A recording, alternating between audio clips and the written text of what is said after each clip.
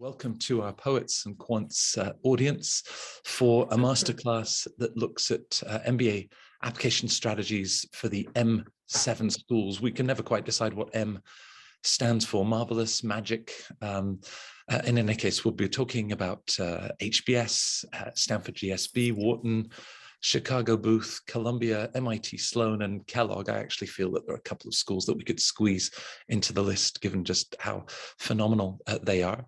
But my name is Matt Simmons. Many of you will know me through the Centre Court MBA Festival that I host with John Byrne, the editor-in-chief at Poets and Quants.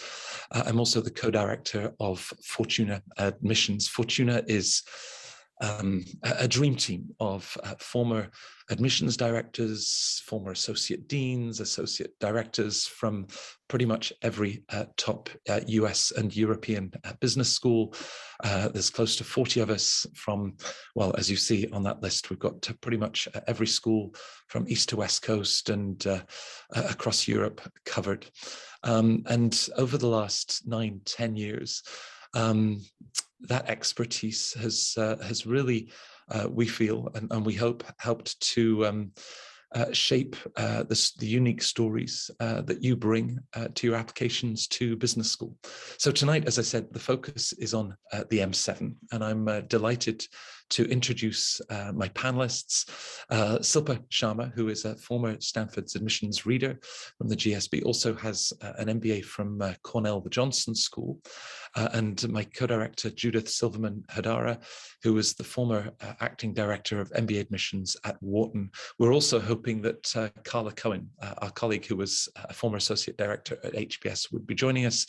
But those storms that hit the East Coast and brought down enough trees and I think enough internet connection means that Karla won't be able to join us. Some of you may have seen some of the other recordings that we've done with Karla talking about HBS, whether you're at that interview stage from round one or just that bigger picture of what the school is looking for. But well, with Silpa and Judith, we have so much insight for the next 60 minutes.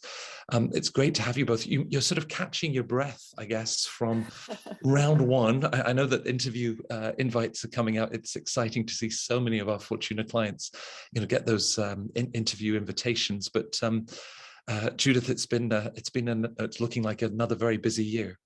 It is. And, this is the time of year that, I like a lot of the time of year, but like when our coaches at Fortuna call me, text me, post something on our message board that their client got an interview or they're getting ready for an interview, or when are we scheduling the Wharton team-based discussion interviews, it's a real thrill.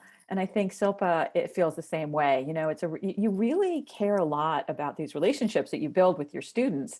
And when they're getting great news, when our first student gets in at the beginning of the year, and it's usually somebody to Columbia because Columbia has such an early decision, we ring a bell because we're really excited about getting the year off to a great start. So it has been a busy time, but I think all of our coaches are just really keyed up about all the wonderful things that are happening. Absolutely. I guess you've sort of lived the idea or the mission statement at the GSB of change lives, change organizations, change the world. That's something, I guess, that's reflected in the work that you do with Fortuna clients. Right, and I've been fortunate in that the clients I've worked with have been, inspirational and thoughtful and just great people. And as Judith had said, that once those interview invites, we got note of that, and they would, of course, they tell their family and then they tell me, and it just really just makes my day, makes my week, makes my month. Yeah, you're number literally, two. You're usually jumping number up and down, two, like, right? It's wonderful. So it's been amazing, and I'm just so happy for all of them.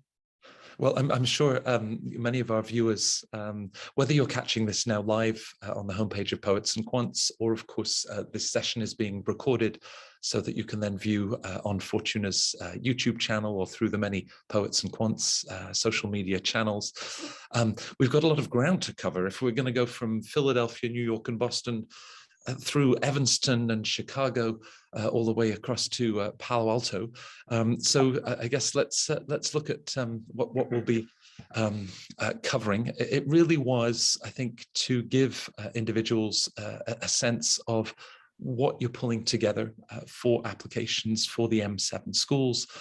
and even a nod to those that have those interview invitations from round one. So I guess we'll jump in. And I suppose the big question, what the M7 schools are looking for. Judith, do you want to sort of get us started, perhaps partly from the Wharton perspective, but we'll be, looking at all 7 of those schools? Sure. It's a great question. And I think although it is a little difficult to characterize, what are all the schools looking for, there's a couple of things that they're looking for that are resume based. Tell us about your academic background. Let us understand your professional trajectory. Let us understand the impact that you've had on any environment that you've been a part of, either at school or when you graduated or in your professional life. What are your goals? What are you thinking about that's going to happen next in your professional and personal life? But I really think that schools are looking for an authentic self. And that's because these schools are building a 2-year community and then a relationship that's going to go on for a really long time, right? You're going to be a part of an alumni group. And so when you come into this process, and it's an interesting question because there's okay, this is what they're looking for. Here's the list. And then here's the intangible. So are you going to bring your full self to this experience? And that is really what I believe. And the work that we do at Fortuna is helping students to find that truth. And it's going to be messy and it's not going to be perfect. And you have a lot to learn. And you may not know what your first job out of graduate school is going to be. And you may not understand exactly what function you want to have. But what you do know is that you're coming to learn and you're coming to contribute and you're coming to be a part of a culture and of a community. So it's a little bit, I realize it's a little bit of an esoteric answer, this part of it, but I really think that the schools are looking for you to present truly who you are and truly what this community is going to mean to you. Silpa, I must admit that I envy the fact that you actually got to work alongside Kirsten Moss and the rest of your colleagues at the GSB. Right. Kirsten always talks very poetically about thinking about the footprints that you've left, whether it's in a professional context, as a member of an academic community. Tell us a little bit about the GSBs approach. Of course, lots of smart people applying to the school, and how you're taking that deeper dive to really get a sense of the individual that's applying to the MBA program. Sure. So when reviewing applications, the GSB, they evaluate 3 primary areas. There's the intellectual vitality piece, the demonstrated leadership potential of the applicants, as well as the personal qualities and contributions. So like when you think about the intellectual vitality, it's more than just the GPA, it's more than just the test scores. The GSB, it's a place where students solve really thorny problems and they explore really big ideas from interdisciplinary perspectives and with collaborative approaches. So the admissions committee is really looking to understand an applicant's relationship with knowledge and figure out how intellectually curious they are and how engaged they are, so they could predict how they might engage within the GSB classrooms. So as applicants, they approach their applications, perhaps the thing to think about is to just really reflect upon the times where they've learned new things, where they've solved tough problems, or where they've shared their knowledge or their insights with other people. With respect to the demonstrated leadership potential, the GSB aims to have a graduating classes of students with proven ability to lead. So one thing to note is that applicants don't need formal leadership experience. The committee is looking at the leadership qualities that an applicant has shown to date through work, through school, or within their community or their extracurricular pursuits. And they'll assess how these qualities might contribute to the applicant's effectiveness as a leader. So qualities such as self-awareness, helping others develop, their skills at work, or strategic or complex problem-solving skills. And really the thing here is that past performance is believed to be the best predictor of future performance. So the committee is really going to be looking for examples of how someone has created positive impact within their organization and within the communities to which they belong. And the third area of the personal qualities and contributions, the GSB is seeking to build a diverse class that contains a range of perspectives, a range of experiences. And through the process of collaboration, that diversity is going to enrich the environment and deliver a broad array of insights to complex problems. So that diversity among the class helps students understand the experiences of others. It's going to challenge their ways of thinking and also build new perspectives. So to get a sense of these personal qualities and contributions, the committee considers an applicant's backgrounds and their background and their values, their passions and their experiences, and their ambitions, just to think about what they might gain from the program, as well as how they would contribute to the environment. Right. I often have I said to Kirsten that if I ever come up with one of those Sherlock Holmes deerstalker hats and find it in a market in Portobello Road in London, I would send it to her, because I think about the sort of the detective work that you would do, looking for those sort of predictors of future performance, and of course she talks about behaviors in any of those different environments. I suppose from the Harvard Business School perspective, Karla would also then share this idea, a central theme at HBS, of habits of leadership. And I see the parallels there, Silpa, in terms of how they will look at whether a role that you played in your community, how that might join dots with a leadership position that you held while you're at college, at university. And obviously in that working environment, it's not necessarily the job title, as you said, but how you're able to get people on board, leading with an idea. So I often think about the detective work. Karla talks with great passion about collaborative cultures, and of course for anyone looking at Harvard Business School, Chad and his team must have heard a million times about, well, I'd love to study the case method. And of course, it is embedded in the MBA experience in Boston. But, you need to know more than it's 100 years old and the pin factory was the first case. I think, as with all of the schools, they really want to get the sense of the individual and the voice that they will bring. I mean, I'm sure both of you have seen, truly curious individuals that think about how China's policy on a one belt, one road might impact the ecosystem of tech in Tel Aviv, that then has some supply chain, Amazon getting all of our gifts to us by Thanksgiving or the end of the year. That sort of, that curiosity, Judith, you said, that's not distinct just to Wharton or to Harvard or Stanford. Presumably Sloan, Columbia, Kellogg and Chicago Booth are also then looking for those voices, those perspectives, and how they will enrich the classroom discussion. Without a doubt. And I think that curiosity that goes beyond, what a school would expect you to say about them, right? All the schools have a tagline that they're fairly well known for. As a matter of fact, a decade ago, Wharton was trying to kind of get a little bit away from the fact that they were seen as the finance school, and that's what they were doing. And they really became much more known for entrepreneurship and social entrepreneurship, among other things, marketing, for example. And so that curiosity that you're talking about is really almost, I'm going to say, like the second layer down or the third layer down from what you might see on these beautiful websites and how the school presents themselves. It's really an opportunity for you as an applicant, or if you're thinking about business school. I know we have a wide range of people watching this webinar, to really think about what are some of the problems that you are curious about. And here's this incredible faculty, students from all over the world that are curious and engaged and thinking about this stuff too.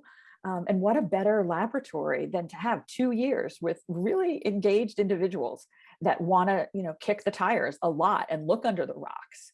And it's not going to be easy. Every single school offers a program where you can really look at yourself as a leader, understand how you interact in a team setting. For those of you that are know about Wharton, their team-based discussion is basically figuring out how to present a simulation that will allow the participants to really have a complex decision-making experience and to try it and fail. And I really think that those kinds of experiences come from a curious student body. So across the board, and I just gave you the example of Wharton, but all the schools that, the M7, and then obviously, Matt, what do you call them? The Super 10? I can't remember the next. Yeah, the S10. The I'm S10. never sure where that starts and stops. But that's, really, these schools are not educating you to become an accountant. You could do that with undergrad. These schools are really educating you to think about what the possibilities are. And for that, that's where, that intellectual vitality that Silpa was talking about, I think is so important.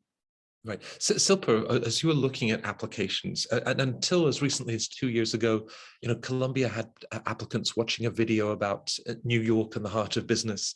Mhm. Others might have been exploring some of the fascinating labs that they have at MIT Sloan. There's the sustainability lab, there's the E-lab, Kellogg and its very distinct culture. Could you always tell that someone had taken the time, beyond memorizing pages on the website, but really getting that sense that they'd researched the school in a very personal and thoughtful way? Yes, absolutely. I would say that it is fairly clear when an applicant has taken their time to Mhm. do the research, and not just to take a quick glance of the courses and the offerings, but really think about how the program would fit their goals and what they would bring to it.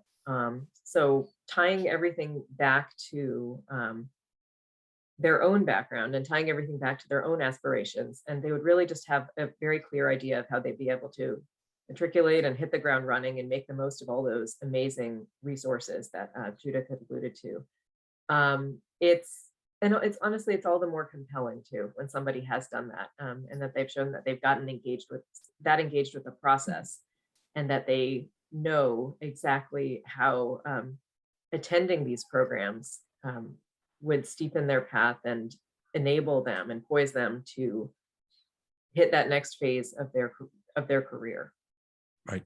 Right. In terms of that next phase, Judith, Harvard Business School really doesn't ask an applicant why Harvard Business School and the MBA. Whereas other schools, Columbia has a fairly sort of linear, how do you want to get from point A to point B? In fact, you have 50 characters, I think, to describe what you expect your post-MBA. Those 50 characters, Matt. It's a we lose a lot of sleep over sure. So I suppose, given that applicants are often looking at, a number of, if not all 7 of the M7 schools that we're discussing today, how mindful should we be? I mean, the schools, it's not a contract that you're signing that says, I promise that I will do the things after I finish business school that I said in the application. So how would you weigh that up? And the sense of, the background and experience that I bring, and then, where I see next steps beyond the MBA. And when you say weigh that up, I'm not sure if I'm understanding In exactly. terms of, some candidates just aren't sure yet, or it's an opportunity to explore. So, was there a level of sort of pragmatism when you ask candidates about their post-MBA career goals? Thank you.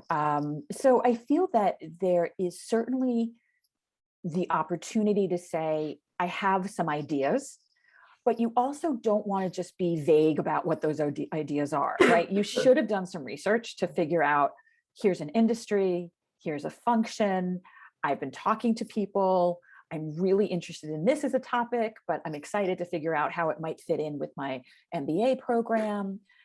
The one thing I will say is that having no idea whatsoever makes admissions committees a little skittish. At Wharton, we do get counsel from the career management office. And I think that's really important for career viability, because at the end of the day, the schools would almost be negligent if they admitted someone for whom their career aspirations were not viable and not attainable, right? Because it's a lot of resources spent, it's 2 years, it's opportunity cost, it's tuition. And if you can't actually accomplish what you set out to accomplish, the schools don't want to feel like, oh, we did something wrong here, right? So I think that it's important to understand that while you don't have to name company, function, and group, you should really dive in and know, I want to explore this topic. I really want to explore telecom in Southeast Asia. And this is what I'm going to do in order. I don't know what function I want, but I'm going to take advantage of these resources. And so I would say to anyone that is thinking of applying, as you research your schools, use your networks, use your LinkedIn, and talk to people who have jobs that seem interesting to you, right? Because that's going to really help you to then be more fluent. It's going to allow you to be more sure of yourself. And you may have 3 or 4 ideas, and eventually that'll narrow down to the ones that you choose to represent within the context of your application. Right. There's a degree of academic vitality, Silpa, that you referred to earlier. And I think, for a lot of candidates, they look at those incoming class profiles that all of the schools publish every year with average GPAs, average GMAT and GRE scores, undergrad backgrounds, and some of the companies and industries they might have been working with. And they can be very daunting. You know, a 738 GMAT average at the GSB, and then Columbia, Wharton, and other schools on top of that. Now, of course, you were actually looking at these files. So how would you put the GMAT in a context? And possibly, you know, reassure our readers to say, yeah, okay, we were conscious of those data points, but, you know, we really wanted to see what you'd done with your smarts, or even maybe courses that you've taken that appear on the transcript that showed that you were prepared to stretch yourself and not just take a pottery class where you thought you'd get a 4.0. So the important thing to keep in mind is that the process is holistic, right? So I would advise anybody not to get hung up on any one metric, be it, you know, something like a GMAT or even GPA, in the sense that there's other ways when you think about intellectual capability, that's, you know, that the stronger applicants have. It's not just limited to those areas. You could look at any type of contribution really that highlights their problem solving or critical thinking skills. So there's more than just those two pieces that show that someone can manage the rigors of the program and ideally thrive in. Really, are they able to show that they're willing to expand their mind and, you know, share their curiosity and expand their knowledge base to enhance the experience of the class? So in a sense, I know that when you look at stats like that, it is daunting for a lot of people. But the thing to keep in mind is there's no one thing that makes or breaks, and certainly not those. The GMAT, I mean, there's an understanding that, yeah, you know, somebody might have a bad morning, but have we seen some evidence of that intellectual capability or intellectual vitality in other aspects through their work or through research or through other projects that they've done? And that's really the thing I'd like for everyone to keep in mind in terms of the approach. It's you know, looking at the whole person, the whole package, rather than just those few things. And of course, what that individual shares, but there are the voices of recommenders. Judith, as you think of you know, the collaborative culture that Kellogg is justifiably well known for, but I mean, Sloan, the GSB, you know, all of the schools talk about an increasingly collaborative leadership style. Is that an area where a recommender can really then sort of bring in insights that for the admissions office in Evanston or in Cambridge, Massachusetts would sort of bring to life and you know, concretely demonstrate that sort of collaborative mindset? Without a doubt. And that's why the letters of recommendation can be really important to a candidate who is only telling part of the story in their own essays and their own biodata and their own transcript and all of those pieces that make up their part of the application. So when you bring in those recommenders, and those recommenders have been well coached, supported, staffed, if you will, you really want to make sure, and this is hard because in some cases you're going to be managing up, but you really want to provide them with information that's going to allow them to support you as much as possible. And they may be very well-meaning, but they're not going to remember that project from last year that you worked on and led a team of 7 and fought through really difficult negotiations in order to get something done. You need to remind them. So your job as an applicant is to provide information in a digestible format that will allow your recommenders to really go to bat for you. We at Fortuna look at recommendation letters as part of this whole recipe, right? It's not a standalone issue. It is going to meld with the other ingredients that you have about your own candidacy. So if you feel, for example, that you're expressing, you know, collaborative nature in your own work, and you've given an example, your recommender can also choose to talk about a time when ... You know, there's 2 main questions that most schools are asking, with the exception of Wharton. In what capacity do you know this individual? How do they compare to others in their sort of year group? And what is some constructive criticism you've given them, and how do they respond? So to me, this is a wonderful opportunity for you as an applicant to give that kind of backgrounder to your recommenders, so that they can then be reflective. They can write things that are true and authentic and personalized, and that is really you know, going to be a great sort of addition, and if you will, help bring together the things that you've said about yourself. So without a doubt, those recommendation letters and the other thing I'll add, and I know we're going to get to this later, that if you have a question about your own ability, let's say your quant scores aren't as high as you would like them to be, that's where the recommendation letters can really help you. They can single out your quantitative ability. They can single out your communication skills. So the rec letters can be used in a lot of different ways. And going back to your question, Matt, that collaborative piece is just one of the things that can be, really pulled out by one of those letters. Right. By the way, we're getting some fantastic questions coming in, Great. whether it's Yeah, about infatuation with rankings and GPA and GMAT scores, or about the clearly stating career goals. And I think at the end of the session, we're going to have this sort of quick fire Q&A. And the two of you, I'm going to bang with all these different great questions. There is one, though, that just leads me to, I guess, that broader sense of diversity and inclusion. Pretty much all of the M7 schools now have a deferred enrollment. Sort of you're a senior in college or in your master's degree, and whether it's the 2+2 program at HBS or deferred enrollment at Stanford, Wharton has opened it up beyond UPenn graduates, as have other schools. Just in terms of age ranges, I was thrilled to see that Columbia has a 43-year-old in the program, but clearly that's unusual.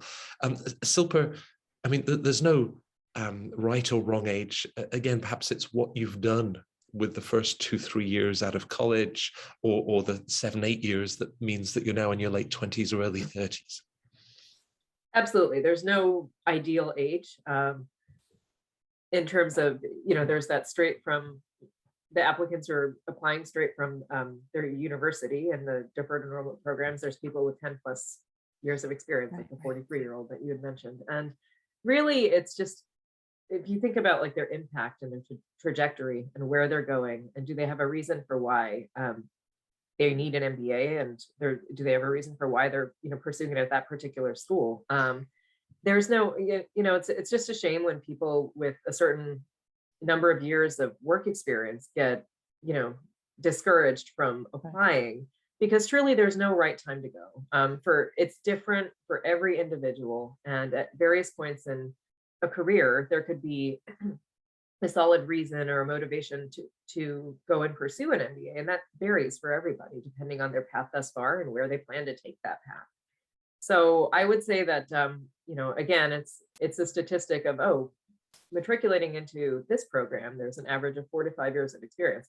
Just because someone is not close to that average, it does not mean that they wouldn't make a super compelling applicant, and that they couldn't take a lot from the experience and give a lot back to the experience, frankly. Right.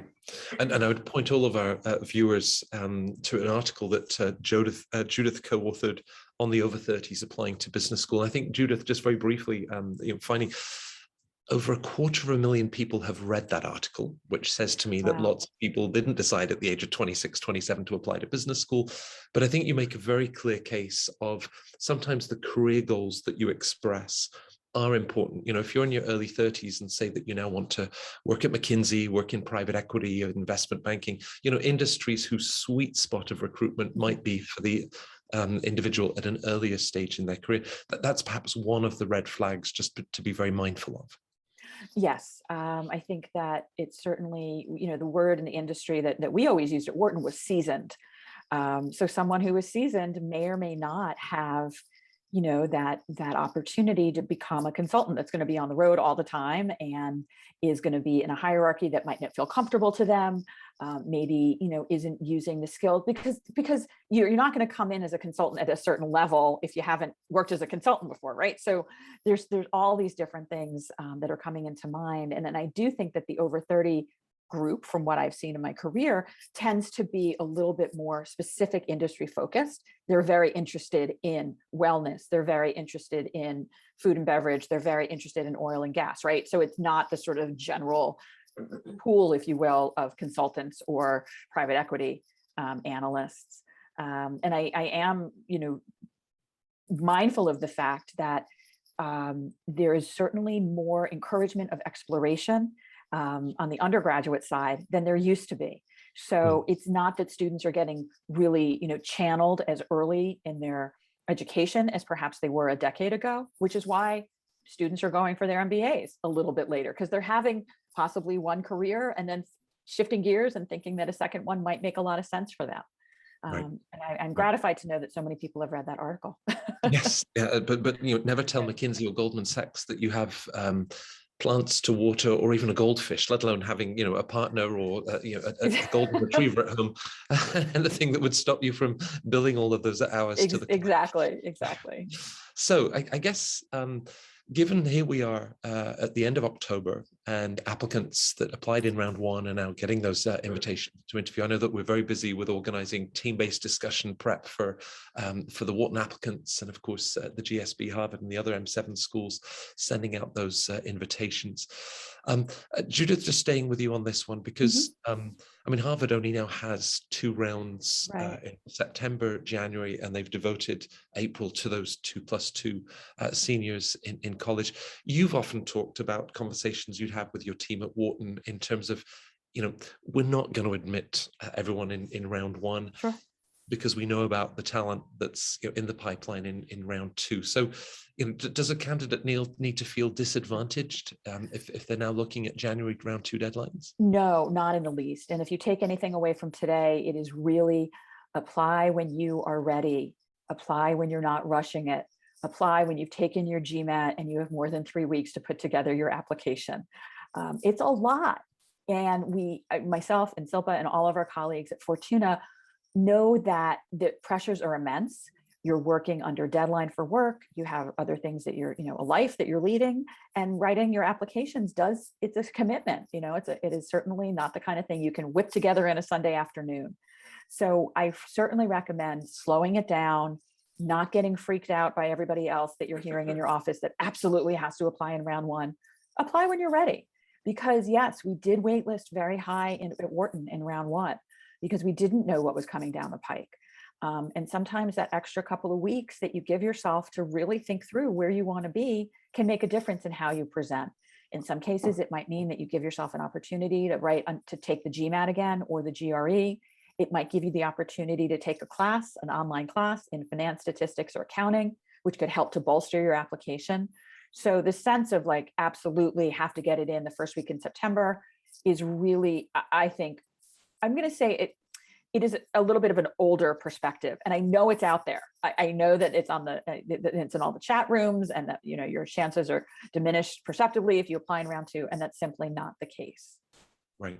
I mean, at the GSB Silpa, of course, there's also round 3, though Kirsten's predecessor once described round 3 as nearly catastrophic in terms of the handful of places still available at that point. But I mean, it was never the idea of going into round 1 thinking, yeah, we're going to fill the whole class at this point. You would be mindful there's an entire admissions cycle that you're working with.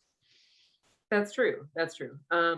So I would echo Judith's sentiment of apply when you feel you can put together the strongest application. There's absolutely no benefit to round 1 over round 2, and most certainly the whole class won't be filled in round 1. There's still a lot of really strong individuals coming through in round 2, and it's and yes, there's also that round 3. So it's totally fine, more than okay, if someone does not submit their application by September. If they feel they could get their strongest application in by the round 2, the early January deadline, by all means, go for it. You will not be at a disadvantage at all. Right. And I suppose we have the conversation sometimes with clients at Fortuna in terms of, well, look what's coming down the pipe. If you know that in Q4, this fantastic project that you're coming, you're going to be interviewed by the Wall Street Journal, or it reaches sort of fulcrum of achievement, we want you to be able to share that. There might even be a promotion heading your way.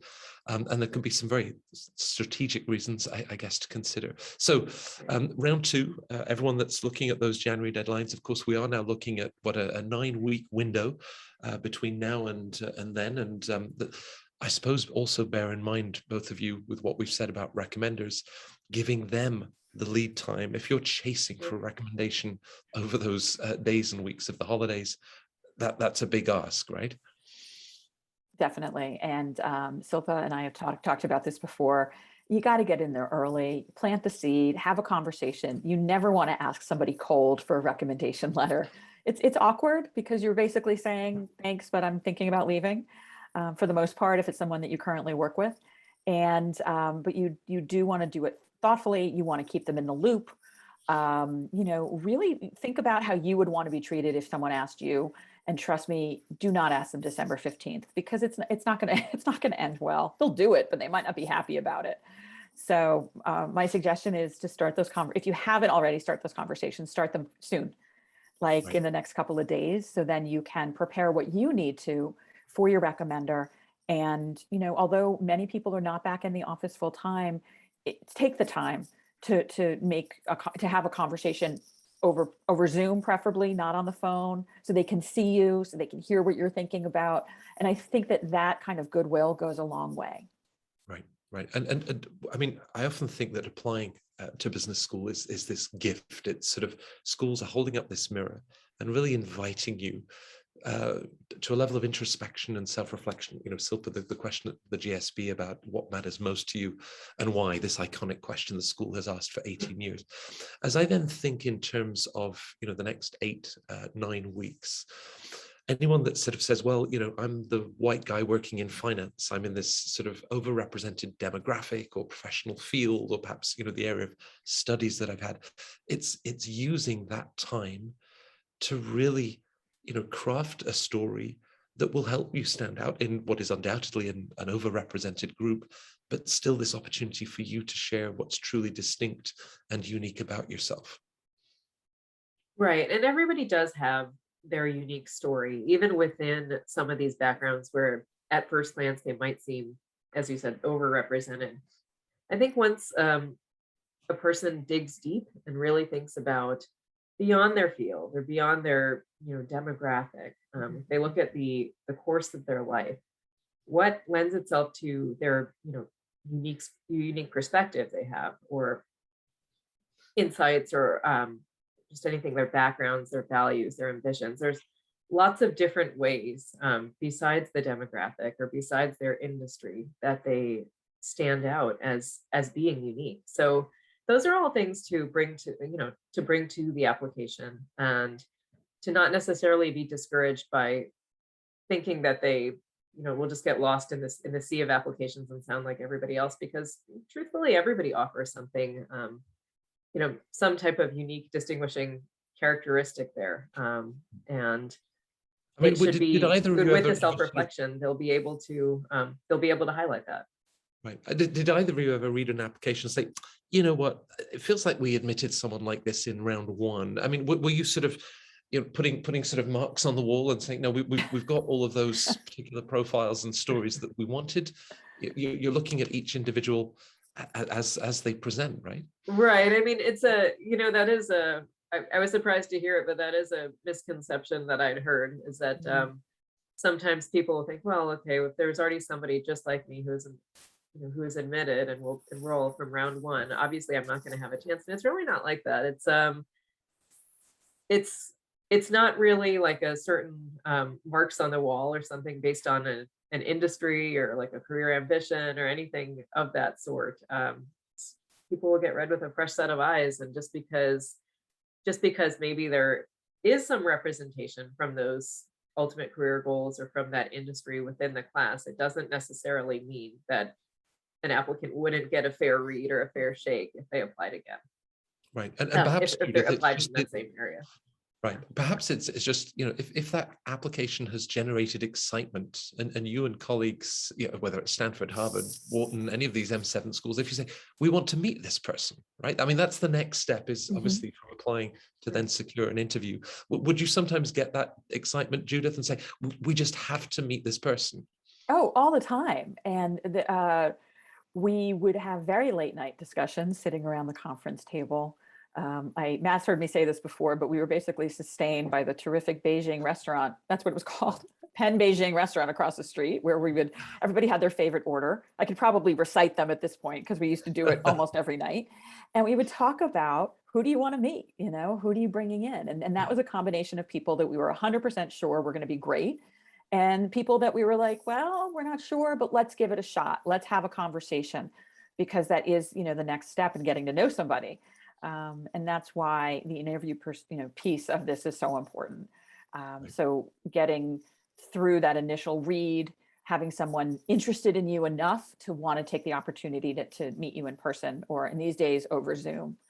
But I'm sure as well at the GSB, there is a lot of conversation that goes on, and there's a lot of collaborative decision making, and it's not just one person, sitting there with a rubber stamp saying yes, no, yes, no. And it also, you don't enter admissions as a field because you're sort of indifferent to humanity. Like, you deeply care about what happens to people, and you get very invested in stories.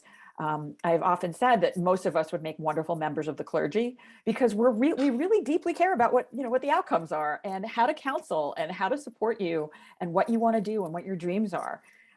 So I know I'm sounding a little bit esoteric, but in short, there are not chalk marks on the wall about whether or not we've admitted an investment banker with your background before. It's very much about the personal. Great. I love the sort of both the depth and the color. So in many ways, I think both of you have tackled this question and standing out. Just people sometimes try too hard. I can remember Kirsten Moss saying, you're all smart, you've all got these fast track professional careers, but it felt that you'd read the mission statement at Stanford about, change lives, change the world. And so you felt compelled to explain how you were going to, essentially eradicate global poverty or come up with clean drinking water solutions in sub-Saharan Africa. And when we looked through the resume, we actually didn't see anything about drinking water or socioeconomic injustice that you are fighting against. Keeping it real, Silpa, and not trying to stretch the truth. Judith used the word at the beginning of the session, authenticity. So how do you find that balance? Right. Ultimately, in terms of standing out, yes, people who are honest and authentic, they tend to stand out the most, right? Trying to fit the mold of what a typical applicant looks like or aspires to do once they graduate isn't the way to go. Really just bringing your true self, your complete self, as Judith had mentioned, to the application, and highlighting your own unique qualities and the distinctive perspective you'd bring. Much better shot of that than just coming up with some story that you think a committee would want to hear. Really strong applicants not only know themselves very well, but they demonstrate that intellectual capability and also that impactful leadership that we've talked about before. So again, just the contributions through work that have highlighted or anywhere else that have highlighted their problem solving skills or critical thinking skills, and ability to manage and thrive in the rigor of the curriculum and enhance the experience of those around them. But also the impact, right? Engagement in activities or interests within their university or their community, or something outside of work that positively impacts other people. These are things that stand out. To highlight this impact and this leadership potential, applicants should, maybe start to think about situations where they've taken initiative, or where they've led a team, or made meaningful contributions to an organization, despite the multitude of challenges they faced around them. It's really important just to show these schools that you're a high performer. So highlight awards, highlight achievements, impact within the extracurriculars, and also just any of the significant contributions that you've made within the environments. And since many of these schools have, the programs have collaborative environments wherein students are going to spend a lot of time working with other people, learning from other people. It'll also be helpful to demonstrate interpersonal skills through the track record of collaboration and connecting with others at work or within their communities or university. So, but above all else, I would say just, have that authenticity, be true to yourself, and have the self-awareness and a sense of direction that we discussed earlier. Have an idea of why it is you're pursuing the degree, what you're hoping to glean from the experience. And that'll really help set you apart as well. So really, really key to have a good idea of how you can make the most of the abundant resources that these schools have. Right. When I think about, quite literally thousands of extraordinary individuals that we've been so lucky to work with at Fortuna in the last 10 years, and the success that they've had getting into these top schools. One thing that I'd love, Judith, to sort of see is, those accomplishments, the achievements, but so often humility that goes hand, they didn't need to be boastful. They didn't need to be arrogant about what they had achieved. And, so perhaps sometimes people are concerned that, but what if they don't catch it? I'm sort of burying the headline, but you'd pick up on that. And I'm not wrong, right? That humility is something that you really appreciated in applicants. Oh, Absolutely. without a doubt. And I think that HBS, that's like one of their things that they talk a lot about is humility is so important to them, because everybody can say, look at me, I'm great. And that gets tiring after a while. And you certainly don't want to go to school with 1,000 people like that. And yeah, you're always going to meet people like that in the classroom, but within the context of the application, your quiet humility can really help you get your point across as someone who's very talented, but not necessarily standing at the top of a mountain and shouting it out. Yeah, great. Right. Well, given how many questions we've also got reserved for that Q&A at the end, Okay. I suppose top tips and maybe one big overarching tip, and then one of those little details that you sometimes observe was I always think that clients should be aware of this. Silpa, we'll start with you. A big macro top tip, and then that small detail that you always make sure that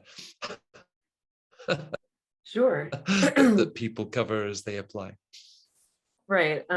Top tip, I would say, allow yourself the time to really self-reflect and assess that your application is capturing the many unique and compelling aspects of who you are. In terms of there's a lot of place to do this through through the resume, through the letters of recommendation, through the essays. So top tip is to just take your time and think about, what is it that you want these programs to know about you? If I had to tell them who I am as a person and what I've done and where I plan to go, how do I best present that? How do I tell them what they need to know to understand why it is I really need to go here to poise myself for the next steps of my career, as well as to develop as a person, as a leader? So I would say my top tip is just that, to allow yourself the time to really put together a thoughtful and a compelling piece of work. And in taking that time and allowing other people who are going to help you with your application, like your letters of the people writing your recommendations, allowing them the time and also give them a little background, because like Judith had mentioned, they might not necessarily remember a project you worked on a year ago, or something even from last quarter for that matter. So really just provide notes, detailed notes on that, on your impact and what it is that you'd like them to remember and to highlight about your work and your impact and the overall impact you have on the org and in everything you touch in your environment. So I think with that, when somebody approaches something in a manner that's not rushed, in a manner that's thoughtful and deliberative, I think that you will get the strongest application out of that. Right. Now, if I remember rightly, last year, New Year's fell on a weekend, because I can remember speaking to an investment banker on New Year's Eve, who was clearly, worked until late into the evening, was confident that he could bang out applications to the M7 schools in that first week of January. And then he said, well, I've never had the time to volunteer. I was thinking this week I could go down to the animal shelter and walk puppies. I mean, anyone that tells me that they want to walk puppies, I'm like, oh yes, absolutely. But Judith, realistically, given that thoughtful reflection that Silpa's describing, does someone have enough time between now and round two, as in late October, early November? Yeah, I would say yes, but I would, by you don't want to be starting this at Thanksgiving. You really don't. My preference is for a longer runway, but if, let's just say, you're getting yourself together, you're familiarizing yourself with your topics, you're sort of understanding, what each of the schools, what they're going to mean to you. I'm going to say by November 15th. After that, I start to get a little nervous because you're shoehorning if you wait a lot longer, and it is hard. As talented as you may be at getting things done and pushing, it is hard. This is not a right or wrong answer, right? This is not cramming for an exam. This is really like thinking about deeply who you are, who you would like to become in the future, professionally and personally. That takes time. So there's always exceptions to the rule, and we work all the way through the holidays, and of course with people that are, just kind of getting on it very late in the game. But my preference is 6 months or more. But we do see people that will start with us sort of mid-November, and we're able to help them get it together. Well, perhaps, with 6 months or more, it also gives the opportunity to identify certain areas the candidate could then continue to strengthen if there was that lack of community engagement or Sure. sort of opportunities to take on a leadership position at work in the community. So, that's when, without even starting to think about GMAT and GRE that you might be, because that's tough too, right? When you've also got data sufficiency and critical reasoning banging around in your head and trying to put together the sort of thoughtful, reflective work that Silpa, you were describing earlier. But I am quick to say, you cannot do quantitative measurement problems all day, every day. So it's really not so bad in a way to do like that in the morning and then turn your time in the afternoon to other kinds of pursuits. I just think it makes both sides of your brain function better, but it is a full-time endeavor at that point, right? You're not just able to do a couple of hours of one thing once a week. Like it's a full-on, this is what I'm doing until after New Year's. And we're not saying all these things to kind of make you all very nervous. We're just saying from experience, slowing it down a little bit, more than dipping your toe in the water at this point, but making a commitment that this is what your plan is can really go a long way. And it shaves the anxiety level. I think it really lessens your blood pressure to kind of get in the game and start chipping away at it. Well, I think I'll add one more comment, because of course, with the free consultations that we give and just, really taking the time to find out about people's stories as they embark on this journey. And then, of course, they get to work with both of you and our other colleagues.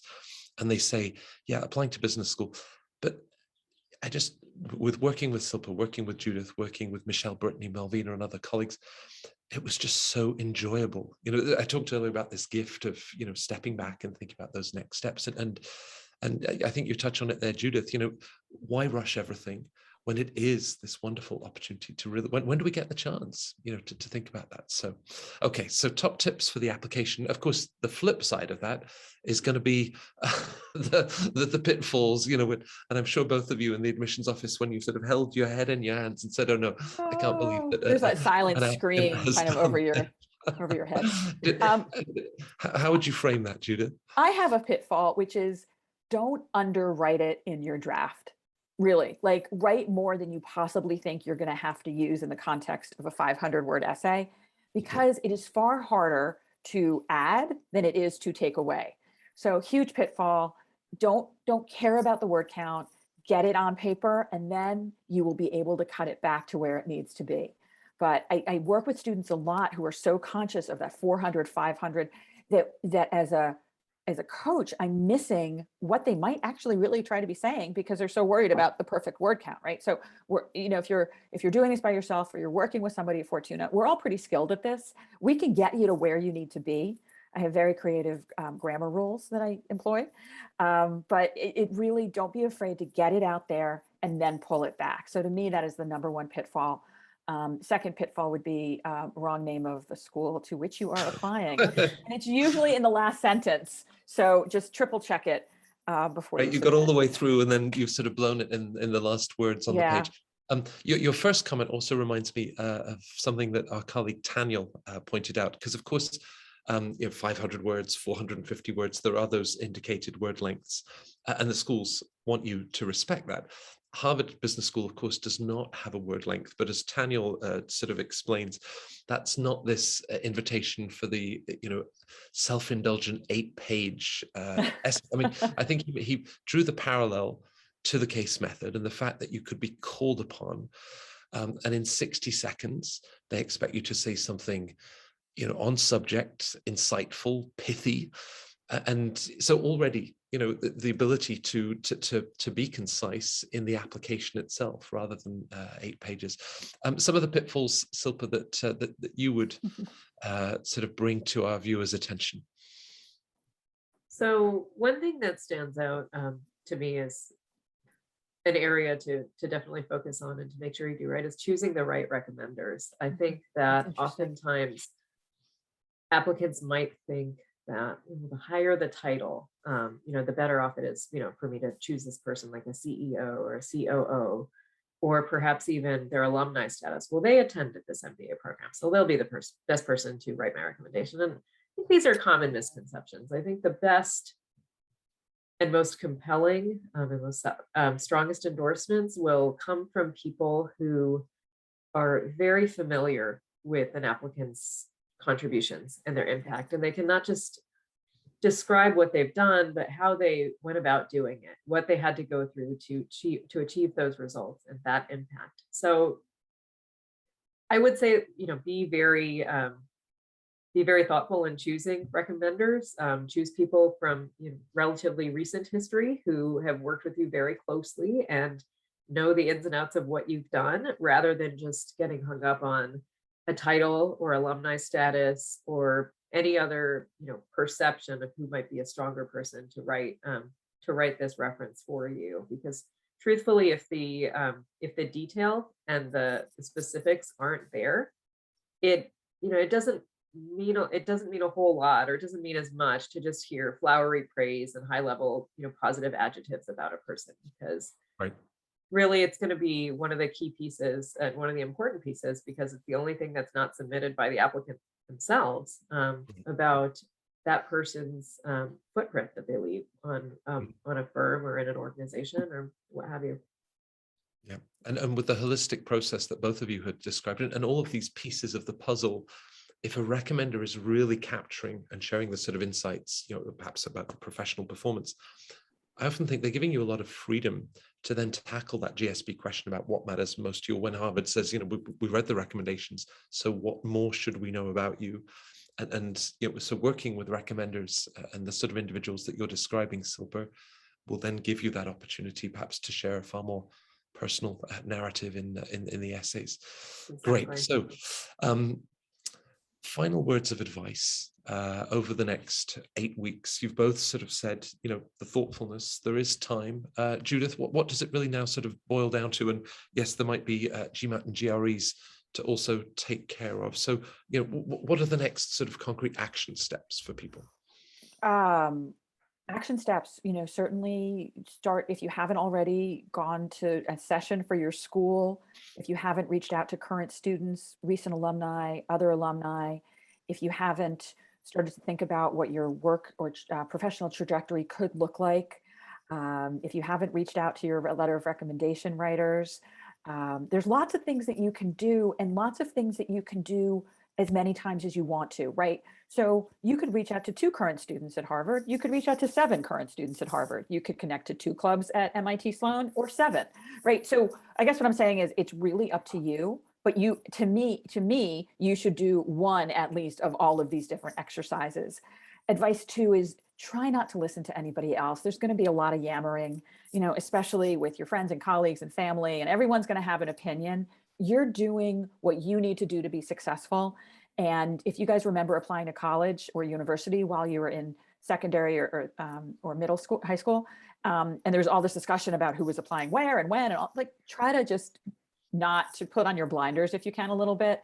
And the chat rooms can be really empowering and also really debilitating. So keep that in mind, that your process. And that, to me, that's the most important part for round 2, is just kind of keeping it steady and moving ahead. Right. And Silpa, if I could just, in your comments, with around 8,000 applicants for 426 places at the GSB, there's those that are sort of daunted and saying, well, do I even have a chance? Any words of encouragement in terms of, seizing the opportunity? There must be a great Wayne Gretzky quote that we could use for something like that. Right, exactly. A lot of times people, admitted students even, would mention that they almost didn't apply, that maybe they had heard from somebody at work or somebody from their alma mater or something, talking about like, oh, okay, well, these are the type of people who get in with this profile or these stats. And the truth is, it's, there's no set formula, and sure, it is selective, but it's not, that doesn't necessarily mean if you don't meet any one of those criteria that you don't have a shot at it, or you wouldn't be a compelling a compelling candidate. The application really, it's a chance to tell your story. So it doesn't have any, there's no particular characteristics or evaluation criteria that's going to say, okay, well, you're in or you're out. And the essays don't have trick questions or right or wrong answers. So really just bring your whole self, show, where you've been and what you've accomplished. And there's no such thing as a perfect applicant. There's no such thing as a typical applicant even. So as long as you're conveying the unique perspective that you bring to the school's community and how you enhance the experience of your classmates and you're highlighting your impact and your path to date, I would encourage somebody to ignore the noise, as we said, and just apply, ignore the other opinions, and put forth their application. So I promised a sort of a quick fire session. Judith, the first one brings us back to career goals. And I'm going to try to weave together two questions. One is, sharing with the schools that I might be thinking about the management consulting industry. Is that too common and therefore not exciting enough for the schools? And then another viewer had said, what if I'm really specific and say, I want to work as an associate investment banking at this company?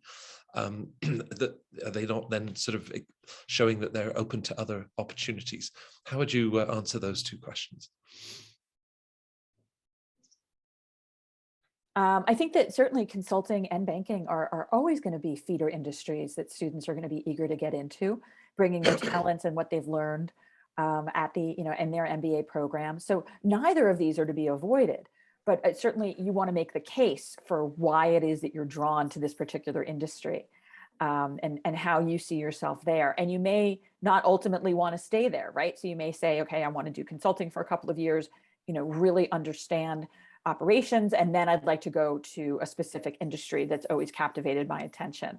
Or I've had such and such experience in these kinds of deals, I want other kinds of deals within the banking industry. So I think no matter how you express it, it's not as if there's a big X over your name that says, oh my gosh, they want to do, these feeder industries. It's just making sure that you're really explaining how you're attracted to it, and then how you intend to then use that as part of your, as part of your professional journey.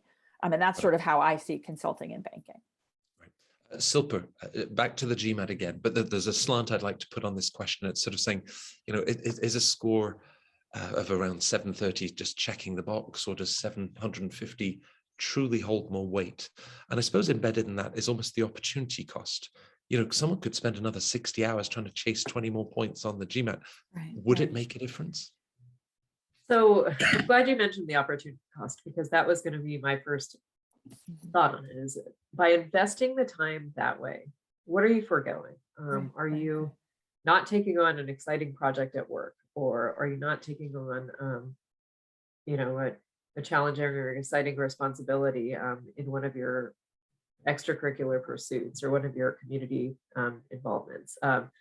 And truly, I think sometimes people get so hung up on the metrics that they lose sight of some of the bigger things, the impact that they're foregoing the opportunity to have as a result of getting stuck on that. So I would say that, it's a 730 is more than competitive. It's it's a commendable score, and perhaps to, the question is it really worth the squeeze to try to get those 10 or those 20 extra points? I would say that generally, if it's going to take so many hours a week, that time is probably better spent elsewhere. Great. Judith, among the last couple of questions we're going to cover, someone that's thinking, well, if I had applied in senior year of college, or, waiting until I have the 2, 3, 4 years of work experience, which might be better. There's no downside. I mean, if you do apply as a senior and are not successful, you can apply 3, 4 years later. The schools aren't going to think any the worse of you. No, not at all. And, the schools are obviously that deferred entry program has been growing exponentially over the past number of years. So sure. And it's not actually, you're not a reapplicant. So if you apply, let's say, you graduate in 2022 and you apply and you're not admitted, if you decide to apply 3 years later, it's as if you were a fresh applicant. So most of the M7s don't admit students right out of college to start right out of college. They're expecting that they're going to really take 2 or 3 or 4 years to go do something else and then come back. And I say most, this is not an absolute. But typically, sort of testing the waters a little bit, seeing what the process is like is certainly a good idea if you're inclined to eventually apply again in a couple of years. Got it. And I suppose the follow-on, the question for a sort of a 2+2 deferred enrollment applicant, Silpa, you haven't been working in a company 3-4 years. It's more likely to be internship experience, through your college years. Now you understand that, right? So you're not expecting them to have become the CFO during that internship. Right. So really then what would be assessed is their trajectory to date. So of course that won't include 3 years of the work experience that they don't have, but everything before that are those signs. Like I said, they don't, nobody needs formal leadership experience or some sort of formal title, but really we're looking for the qualities and the impact that this person has had to date, be it in their community or at their school or any other organization that shows that, okay, they have this leadership potential, they have this intellectual capability to be able to contribute to the classroom and thrive in the environment of the curriculum. Right. And they have an awareness of why it is they need this program or need to be a part of this program and what they would what they hope to do or what they aim to do once they graduate from it. So they're in a sense, like at a high level, they are evaluated across the same dimensions, those same things that we've talked about, the intellectual capability, the leadership piece, as well as their personal qualities, but it's a different lens. Obviously, we're not going to look at somebody within that subset of the deferred pool versus somebody who's had, that advanced career status of like working 10 years. So to those folks, I would say also don't be daunted by that. It's everything is going to be looked at through the lens of like your impact to date. Great. Now, of course, in answering those questions, another flurry of questions came in, which is where I would point all of our viewers to the consultations that we offer. As you think about, well, am I truly a non-traditional candidate, or I'm applying from one of the well-represented management consulting firms, or I applied 2 years ago, 2+2, what would that mean for now reapplying? All of these questions, I can promise you, Fortuna's consultations are the industry standard. We always read through your resume. We always have questions for you to better understand, join some of those dots. And of course, we're there to answer all of your questions and give you a much better sense of your chances and next steps. There's also an absolute wealth of resources that with Silpa, with Judith, and with the rest of the Fortuna team we have put together over the years that cover, I think, every aspect of not just every school, but from letters of recommendation to video interviews. It's all there, and we hope that will prove to be a really valuable and helpful resource to you as you take your next steps, whether it's 8-9 weeks away in terms of applying in round 2 or looking further ahead to next year. And of course, for those of you that have an interview right now and really want to make sure that you shine in that next step. Now, this is one of 3 masterclasses that we offer. We have more coming through November, looking at some of the other top schools, again, with other Fortuna colleagues bringing this wonderful insider experience and insight that, of course, Silpa and Judith spoiled us with today. So we hope that you enjoyed this. Do share, give us your feedback, and we look forward to connecting with you in person so that we can talk about your business school hopes and dreams. But for this session, Silpa, Judith, as always, it's wonderful to gain so much of your experience and insight. Thank you both very, very much.